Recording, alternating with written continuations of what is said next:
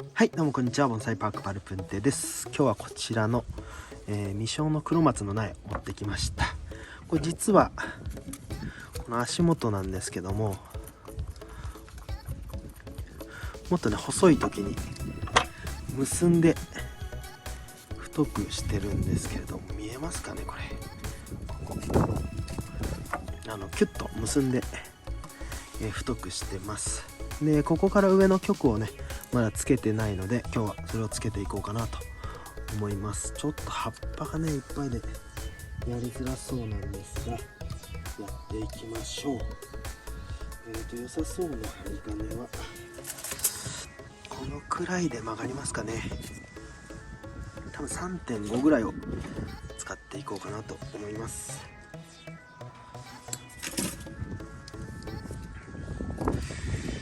さあどうやって曲げるかなんですけど、まあここの目はいらないので取っちゃいましょう。そうですね、こっちから入るか。じゃあこっちから入れて、よいしょ。これをね葉っぱに巻き込まないように巻いていくんですけれども、というのも葉っぱがあるところの方が芽が出やすいので、でもここにもう芽がありますね。ここにね芽が見えますか？ありますね。この芽が使えればいいかなという感じですけれども、葉っぱを巻き込まないように巻いていきましょう。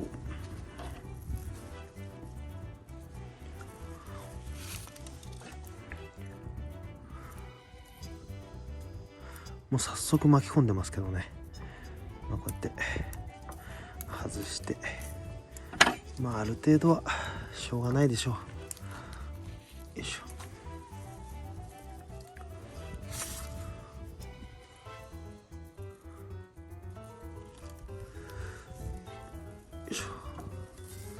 今日もね5センチ盆栽の動画を撮った日と同じ日に撮ってるんですけれども、寒いんですめちゃくちゃ寒いんです。寒いんですよね。はい、これで巻きました。上はとりあえずこんな感じで、よいしょ。手がねかじかんでですねうまく動かないんですけれども、これで曲げていきましょう。ここを使いたいので、これが外側に来るようになので、外側にしたいのでこう巻いていくので、こうですね。ここをしっかり下を押さえてグッと曲げて、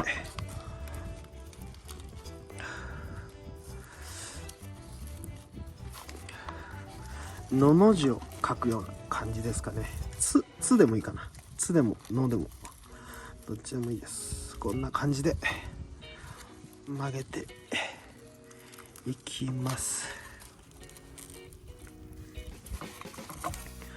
はい、こんな感じですね。結構葉っぱを巻き込んじゃってるので出しておきましょう。で実際にはこう巻いた時にこっち側だとかの芽は使いたいので、この辺も使いたいか。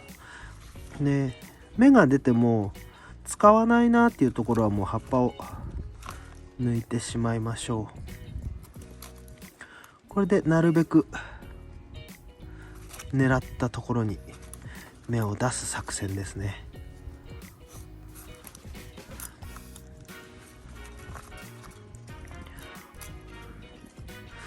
この辺とかももういらないですね。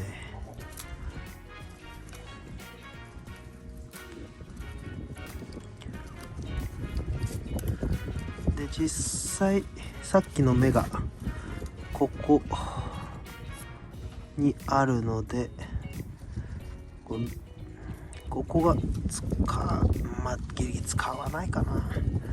この辺でね芽が出てくれると嬉しいなと思うんですけれども、ここ結構巻き込んじゃってますね。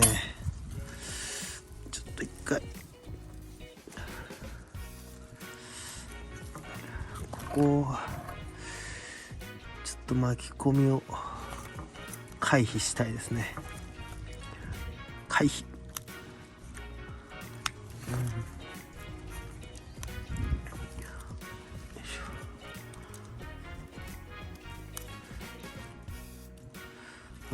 ちょっと難しいからもう抜いちゃいましょう。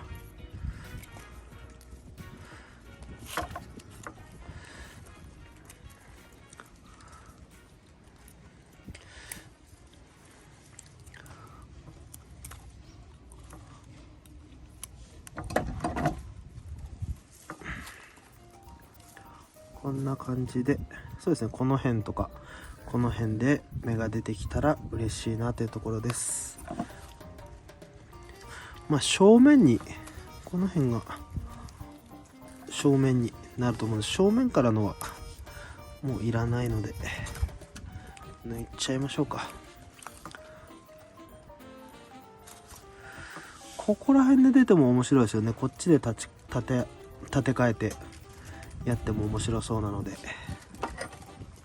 これでいこうかなと思います。こんな感じで出来上がりました。足元はもうここだいぶ太く見えるようになってますね。はい、以上で